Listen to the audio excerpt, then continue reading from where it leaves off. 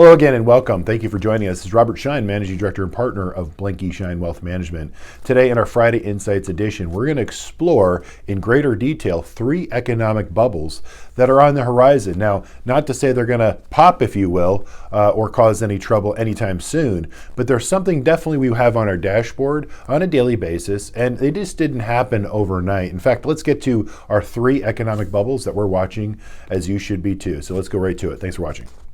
So as we stated before, these economic bubbles didn't just creep up overnight. They've been happening or accumulating for, in most cases, decades. The 3 are, let's go to our board here, the student loan debt right now. We've added $100 billion to this number just in the last decade, if you will, but that's at $1.2 trillion worth of student loan debt. Now, when the administration past and present have talked about, and policymakers in Washington, canceling or reworking or providing relief for student loan debt, there are over 30 million that are carrying student loan debt as we speak right now, and there is some relief that needs to happen, but also the cost of education needs to come down. It happened, 2008, student loan debt was like this for the last 30 years. Then 2008 comes, and all of a sudden government assistance, the administration back then, provided easy loans. And it's kind of ironic because we were in the midst, if you remember, 2008, 2009, of a credit crunch and a major debt crisis in the United States, right? Everything was basically under major pressure, but Congress worked together with the White House to provide government assistance in student loans and made it super easy. So our student loan debt from, last 40 years went from like this to like this, straight up since 2008, simply because of the sort of policymakers in Washington thought it would be a good idea. Well, what also went up at the same time as easy access to that capital, tuition was like this. Now tuition went straight up.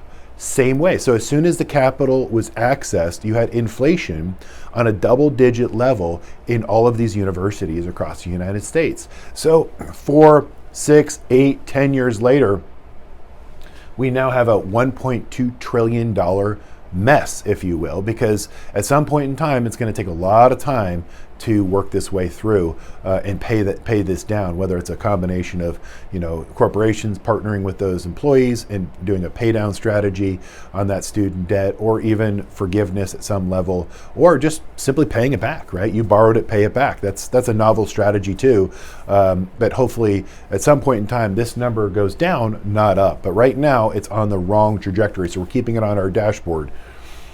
Unfunded, number 2 is unfunded pension and liabilities. Essentially, a lot of the states, and this is a collective number, if you take all the 50 states together, there's $4 trillion of unfunded pensions. So if you worked, let's say, for a state and there's a union and you're putting money away, or they're basically having sort of a pension for you at the time of your retirement, you've worked 30 years, well, there's not enough money in the bank to fund your retirement as been promised.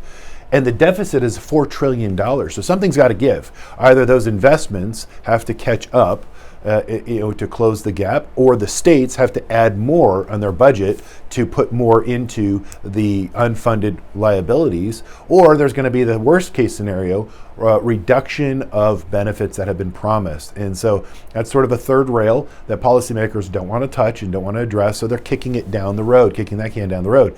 That's another issue in a bubble you need to watch, or we're paying attention to here, because there's a lot of potential unrest going forward on unfunded pension liabilities. And number 3, last but not least, is the federal deficit, the federal debt. It's growing like we've never seen before, especially in the last sort of 18 months of the coronavirus, by trillions of dollars.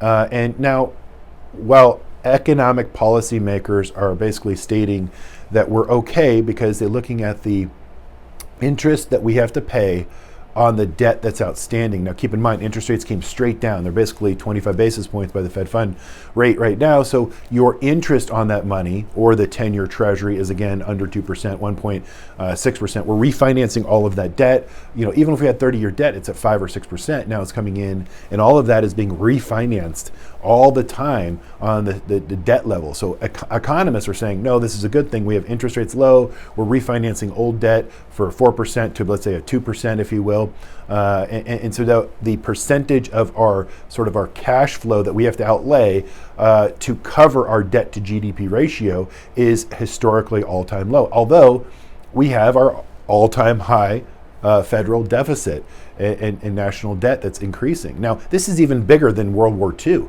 when we actually had to gear up, and World War II debt didn't come all the way down until 1980. But what happened back then? If you guys go back to it, yeah, we had inflation.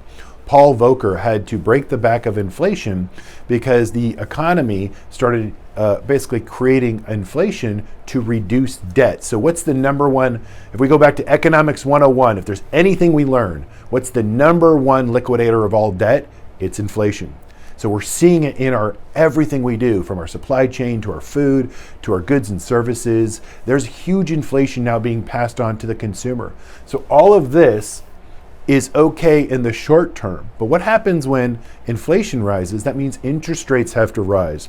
So then your debt service carrying on this and your percentage to GDP ratio all of a sudden gets out of balance, right? And then these have to have a tough conversation with those who are expecting some pension liabilities, as well as student debt, right? All of those students that are paying back that debt, interest rates could rise if they're not fixed on those particular individual loans. So there is a number one thing we have to pay attention to, and I keep talking about it, is interest rates on a go-forward basis, because it affects all of these, which are three economic bubbles that are on the horizon. Again, they're slow burning, slow moving, but they could have some disruptionary within the disruption within the U.S. economy, and then affect markets over time. So we're going to pay attention to inflation, we're going to pay attention to interest rates, we're going to pay attention to Fed policy, as I talk about all the time, because it's sort of a counterbalance here and a reaction real time, because it affects a lot of things. So debt is the number one thing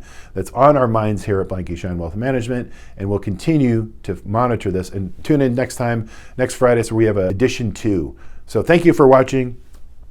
Enjoy your weekend and take care. Bye-bye.